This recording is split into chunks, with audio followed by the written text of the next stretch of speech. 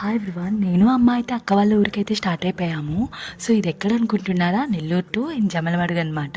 So ఇంకా నాకెందుకో ఆ వడియాలు బాగా తినాలనిపించింది. సో నాన్నకైతే చెప్పేశాను, నాన్న నాకు ఇది తినాలనిపిస్తుంది అని చెప్పి. పాపం నాన్న వెళ్ళి అయితే తీసుకొని వచ్చేసారు. సో నేను అది నాన్న ఇచ్చిన వెంటనే ఎక్సైట్మెంట్గా ఓపెన్ చేసేసి ఒక వడియం అయితే నోట్లో పెట్టుకున్నానండి. సో అస్సలు ఫుల్ ఆయిల్ స్మెల్ అనమాట. నాకే అలా అనిపిస్తుందా లేకపోతే అమ్మకు కూడా అలా అనిపించిందా? ఒకసారి ఇది తిను అని చెప్పాను.